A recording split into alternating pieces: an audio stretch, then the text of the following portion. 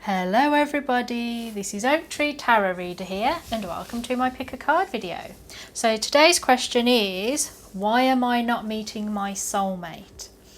Or twin flame, true love, the one, however you like to think of it, whoever you're looking for, why are you not meeting them or finding them? I have done this video before quite some time ago, last year, so if none of these readings, these cards are attractive to you, have a look there at that other video, have a look in my channel video section and have a look at that one instead, and you might find a reading that resonates with you a bit more. But otherwise I want you to remember that this is a general reading, that it's not designed specifically for you as an individual. I do private readings. All the information is in the description box on how what I charge and how to book with me. So send me an email and ask if I can do a reading for you at this time of you watching the video, and I will get straight back to you. So we can look specifically for you as an individual as to why you are not finding your soulmate. If you want to go into a reading of more depth, that's fine. So yeah, it's just going to be generalized, and you know, and I'm thinking that a lot of people are going to be watching this video, not you as an individual. So remember that, and just take what resonates with you, what makes sense to you, and apply it to your own life in the best way that you can. So we've got option 1, 2 and 3.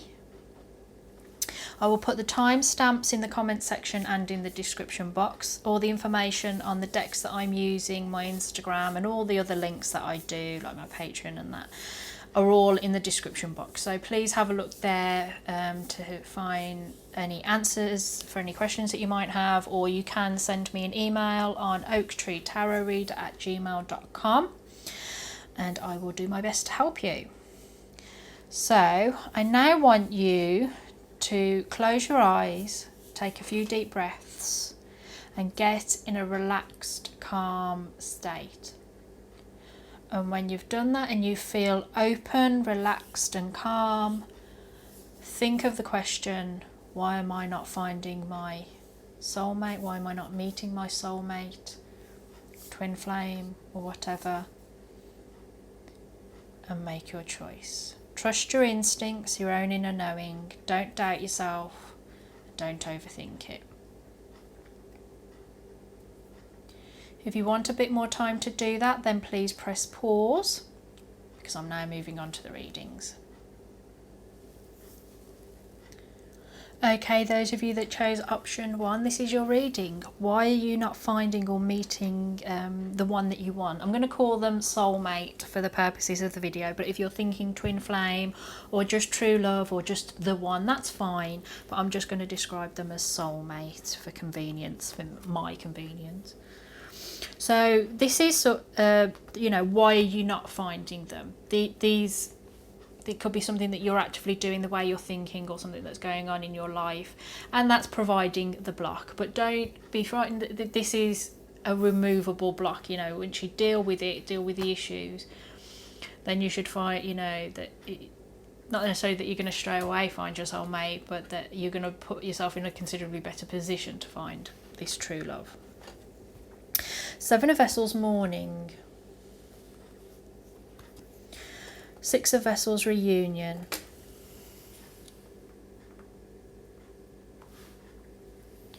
Something was just one of the rabbits was jostling my tripod, sorry. Tripod. King of Arrows, Kingfisher. Right, sorry. Okay, so you haven't let something go, basically. Mourning, you're mourning something. Something's over, something's been, probably a relationship. I'm thinking it's a love relationship and it's holding you back. It's possibly one that you didn't want to end, or at the very least when it ended you struggled to accept it, or it's just hanging over you basically. You know, either you actively cannot let it go, you keep thinking about it, or it's just wherever you turn there's something that reminds you of this old relationship. People are still asking you about this old relationship, and some of you, you know, I think are at the point where you want to let it go, but you're just struggling. So, I mean, you need to just find the root cause of that. Why you're struggling? Was it just because you're still in love with this person? You can still be in love with them. You can still love them. Don't think that just because a relationship's over that you have to sort of immediately kill off and cauterize all of your emotions with this person. You love them for a reason and carry on loving them. It just means that you have to sort of mentally transfer that love from a romantic desire to be with that person to a nostalgic love, a love of a friend, that, you know, I love you, but I accept that we're not going to be together and I'm not going to let it hold me back. Because we can all love lots of different people. Don't think that it has to be just one love for one person. I love lots of people in different ways, and I love my family, my friends, and, you know, pets, all in different ways, but it's all love. And I can't say that I don't love them equally. I love them differently. And this is what the Seven of Vessels is saying to you, that you've got lots of options here of how to love them and how to let go of them and how to move on from it, but you're not, I don't think that you're exploring those. You're just mourning the big one, the one that you lost, mourning the death of a relationship. And you've got Six of Vessels, which is reunion. I think some of you are really thinking that you're going to get back with this person, or that you want to, or at least reunite with something, some old part of yourself that was changed or transformed when you had this relationship. But you can't go back to this relationship, and you can't go back to who you were before. You can try and reconnect with a part of yourself that was lost in this relationship, but that is important to you and you want back. But you can't magically become that person you were, like, say, 7 years ago when you went out together, or 2 or 3, 4 years, whatever. You can't go back. You can only move forward, but take part of the past you with you into the future. You know, that you're always yourself. You're always that line of you that's moving forward, but you're still always yourself. We all still actually have that inner child within us. And so you've picked up something through this relationship, and you can take it forward with you, but you can't take all of it. You can't expect it always to be the same and to go back into this relationship. And we've got the King of Arrows, the Kingfisher, which speaks to me about being too intellectual about it, being too, not in a sense cold, but, you know, the Kingfisher is flying above it all. He's not dipping his wings into the water. And you've got 2 cards here representative of your emotions. Water, emotions, feelings. You know, these 2 otters are sort of hesitantly dipping towards it, and the water's overflowing, and, you know, and there's the cups, and obviously the vessels. I feel that you're not dealing with the grief and the mourning of the relationship. I think that this relationship, this past love's had a big impact on you. Actually, I'm saying relationship, I'm assuming that. Whatever it is that's had this sort of, that you're mourning over, you got to let it go. And this is what's blocking you, this failure to let go, that it's, in a sense, not turned you, you know, some of you might not be completely emotionless, but it sort of made you think, I'm going to go it alone for a while. I'm going to go it alone. I'm not going to get emotionally involved because of this pain of this relationship. But you got to let it go, because you're not meeting the person that you want to meet because of it. Because of it.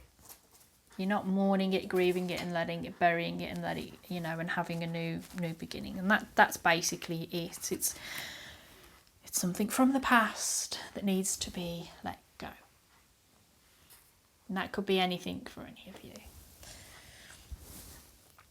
So what can you do? What can you do now in order to be in a good place to meet them, or,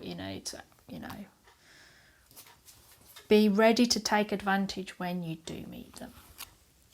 Homeland, foundation, broomstick clearance.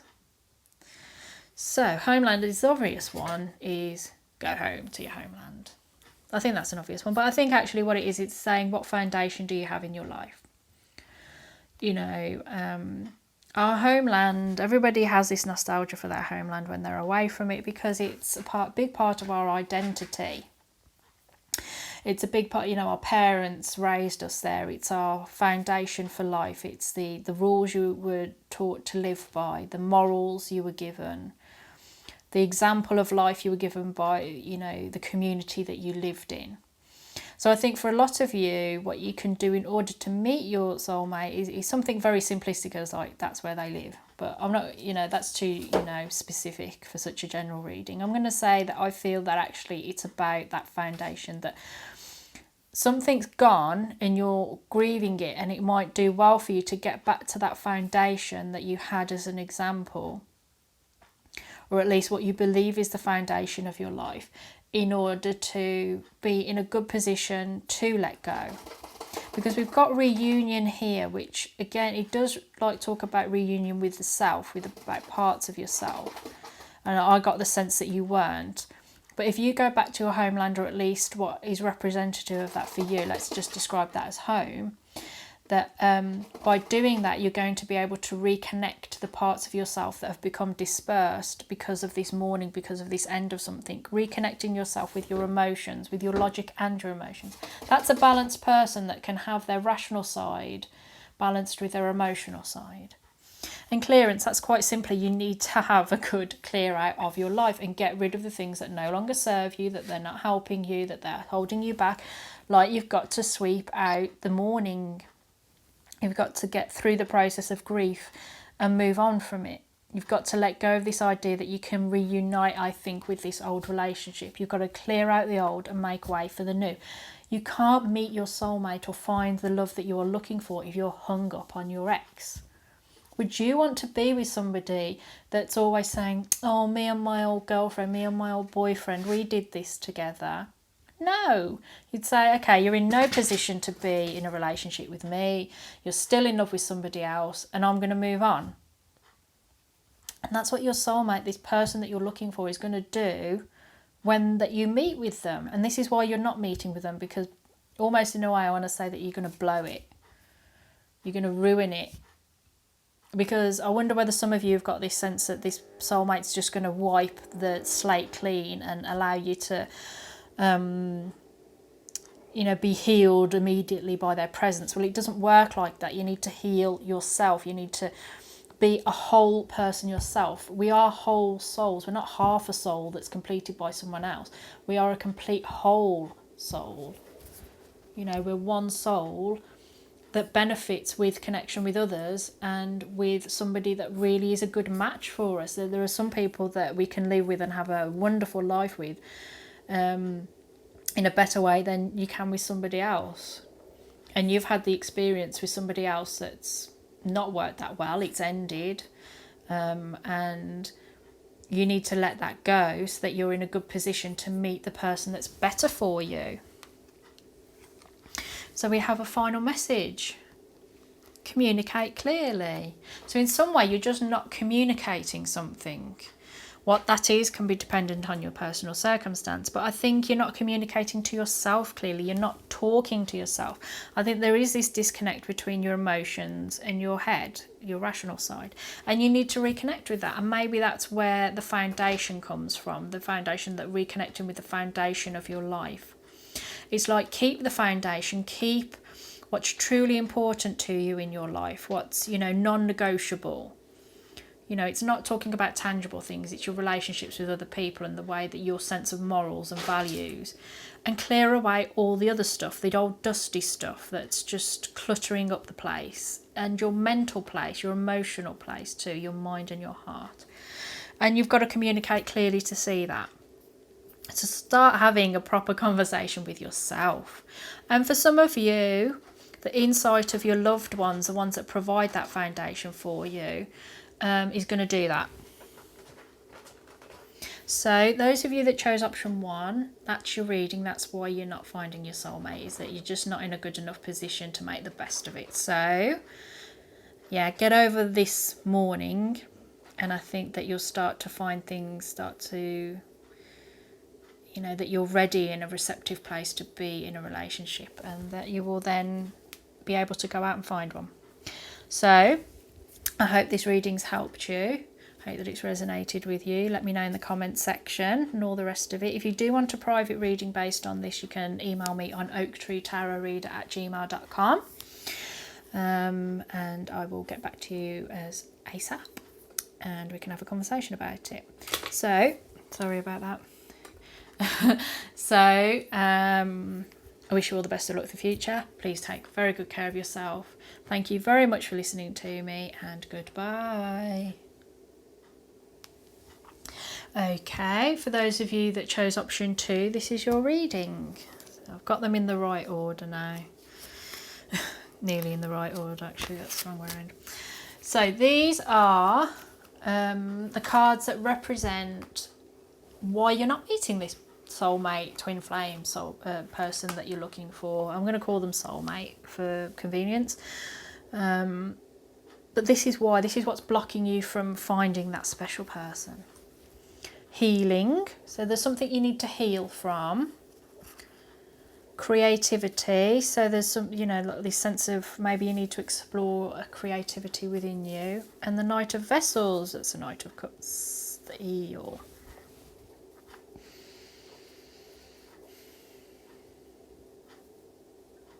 Okay, I'm going to say, I think the reason that you're not meeting this person is that you're just very focused on your own journey at the moment. It's almost like you're not doing anything to find them. Because we've got the slippery eel, the Knight of Vessels, the Knight of Cups, who is this romantic offering, this romantic knight. But sometimes he can be a bit sort of fickle. Not always, but sometimes. And there's just this sense that you're not being catchable.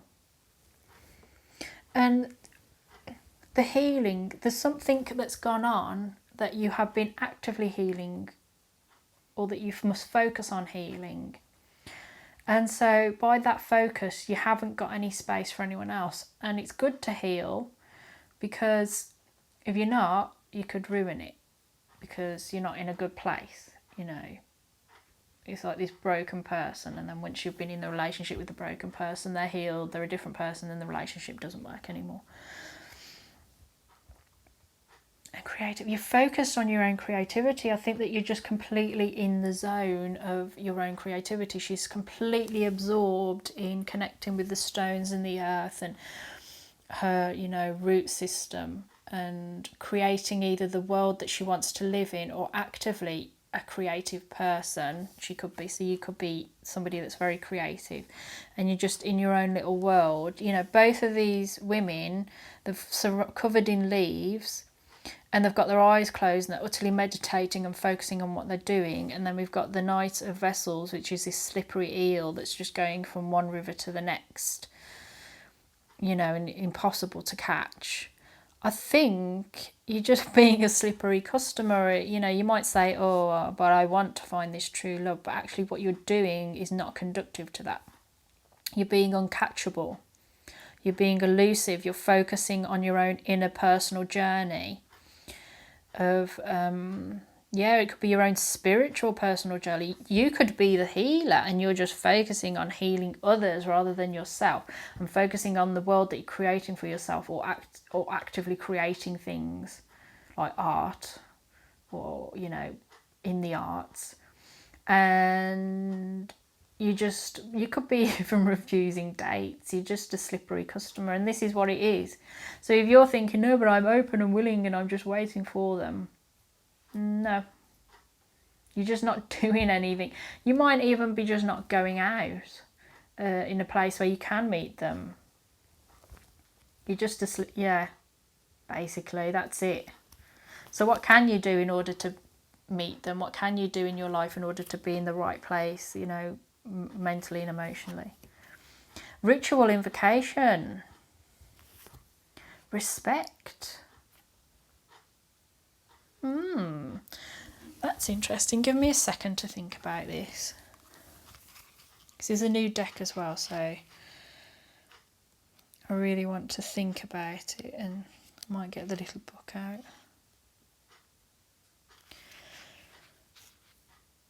I want to look up this pentacle one. That's, that's easy. You've got to focus on it. You've got to start, working at it, invoking it. You've got to start thinking, oh, I want to meet my soulmate, and I'm going to be in the, I'm going to be, doing it. I want to be there, and, focus on, not necessarily specifically them, but just focus on that that you're open and ready to be them, that you're not going to be distracted. That's a good word, actually. I was almost trying to say that there's something more with this nice reveal, that, there's this sense of distraction that you're just going to go off on down the review, you're just going to go off on your own journey. But if you want to be with your soulmate, you've got to be on a journey with them. Right, Pentacle respect. Be respectful of yourself and others. Your power will increase as you stand firm in your convictions. Honour and work with all that the Pentacle represents. The witch has always wished for a respectful understanding between themselves and others who are unfamiliar with the old ways. So, you've got to be honourable and respectful of others. So I'm not saying that you are not that anyway, but there's something... You've got to invoke them and then be honourable and respectful of what you find, I suspect. So in some way that maybe some of you have quite a rigid idea of who your soulmate is, and maybe this is why you're the slippery customer, because you've got this preconceived idea of who they are and you're not meeting people that fit that criteria. But I'm wondering whether the cards are saying just ask for your soulmate and respect what turns up. So for some of you, your soulmate may differ from your usual expectations, as the Romance Angel Oracle says. Yeah, I'm just getting the feeling that there's this sense of calling them in, and then they're going to come in and they might not be who you expect. Let's see what this one says. You're ready. Okay, so you are ready for your soulmate. You don't necessarily have any work to do other than saying, okay, it's time for it to happen. And when it does happen, not being the slippery customer, because it's really telling you about respect. It's also respecting the Pentacle, respecting what it represents. And the Pentacle is obviously, in terms of tarot, it's the earthy, tangible security, the energy. So you've got to be respectful as well. The fact that when you call in your soulmate, they're going to turn up. So you're ready, and you've got to be respectful of the fact that when you ask them to come, they will come. So make sure that you're ready. And if you really, really do feel it and you think that you're ready to stop being the eel and to be caught and to stop focusing on what's going on and to be in that unity, because, we've got, the coven here. It's about respect for the coven and about respecting the power of calling in your soulmate. It's going to change your world when you find this love that you're looking for. And you've got to respect that power in your life and respect that experience, and that it's going to change you. But you are ready for it. You are ready for it. So just don't be so absorbed in this personal journey of healing and creativity. I think that you are healed and you are reaching the pinnacle of manifestation in your life, that you've got the life that you want, or at least you're moving in the right direction. And now it's time to stop being so not being so elusive, and be ready to be, when you meet them, that you can connect with them. There's just very much about respect. So some of you might be romanticising the process, but it's coming towards you. I think that it is coming towards you. And it's just saying for you to understand that when you meet that person, it'll all be very, very different for you. You won't be the lone person anymore. You're going to be with someone else. So those of you that chose option 2, that's your reading. I hope that it's helped you. Please leave me a comment. If you would like a private reading based on this subject or any others, check the description box, and you can email me on oaktreetarotreader@gmail.com. Otherwise, I wish you all the best of luck for the future. Please take very good care of yourself, and thank you very much for listening to me. Bye. Okay, those of you that chose option 3, this is your reading. Why are you not meeting your soulmate? or twin flame, or the one, or whatever it is, true love. I'm going to refer to soulmate just for convenience, for my convenience. So these 3 cards represent why are you not meeting them? What's the block to you finding your soulmate? So we have the Woodward, which is strength in this deck. The Archer, which is like the Chariot. And the Stag, which is like Justice. And you've got 3 major arcana cards. Okay.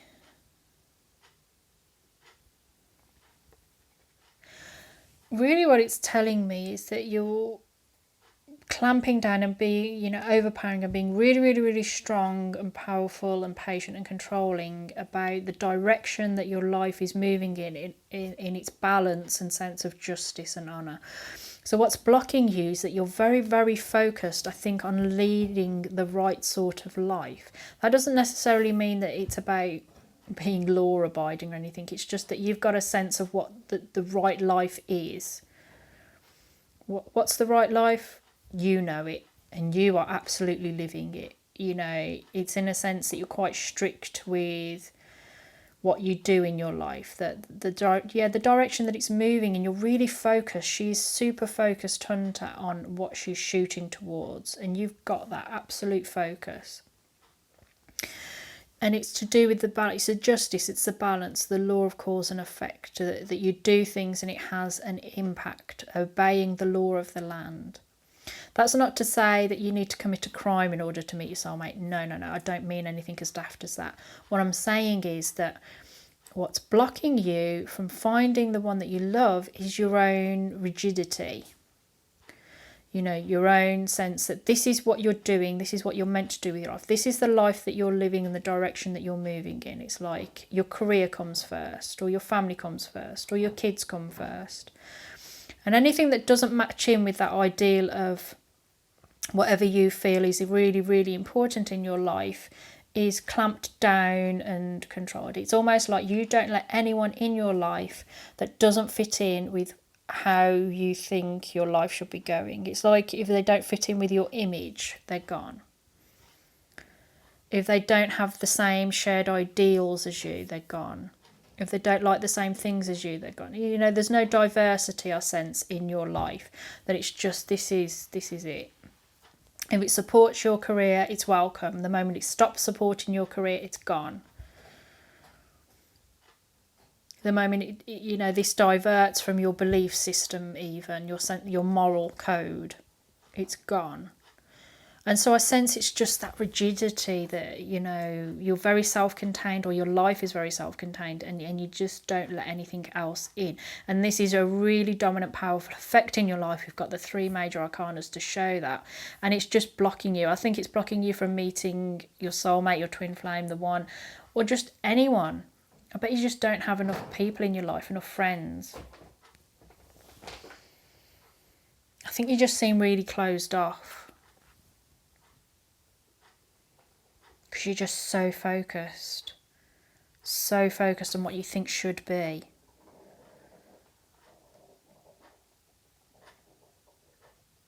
I mean, regardless of finding someone to share your life with, I would recommend you get this under control anyway, because it could just lead you down a path that you might end up being in a place that you don't want to be because you've not explored any other option. I mean, this could be, again, there's this, it could for some of you fall into, you've got a very specific idea maybe of who is the right person for you. And the reason you're not meeting your soulmate is because they're completely different to what you're expecting. No, I'd marry this sort of person, and then you could end up just meeting this soulmate, and you know it's them, or you know that this is the person that you're going to love and be with, and you reject them because they don't fit into this situation of what you want life to be, this sense of control, this sense of direction that you're moving in with determination, control and all that, and you just don't have a connection with them, don't have a relationship with them, because you've made yourself so rigid that you can't bend in order to be with them. This is all rigidity. All these 3 cards represent in some way control and rigidity and not being loose, open and flexible. And I think that's what's blocking you, this lack of flexibility, either generally in your life or specifically your love life. So what can you do in order to be open to meeting them, to being receptive, to being in the right place? And I think basically what it's saying is what you need to do in order to stop doing this. The Watchtower of the South, summer. The Watchtower of the North, winter. That is interesting. I'm going to look. This is a relatively new deck for me, and I'm familiar with a lot of the cards, but there's the odd one, and you incidentally have had the 2 that I'm not entirely sure with, so I'm just going to look in the book.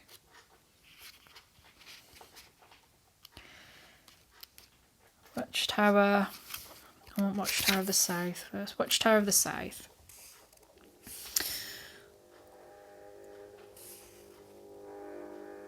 Okay, I think this is sort of saying, let's say it, by visiting the Watchtower of the South, you are being assisted in awakening your Kundalini energy through lust, attraction and desire. Strength and power fuels the motivating life force energy that ignites your inner flame. The South will accompany you as you walk your path with vitality and vigour. You just got to start feeling the passion. You got to stop being so controlled.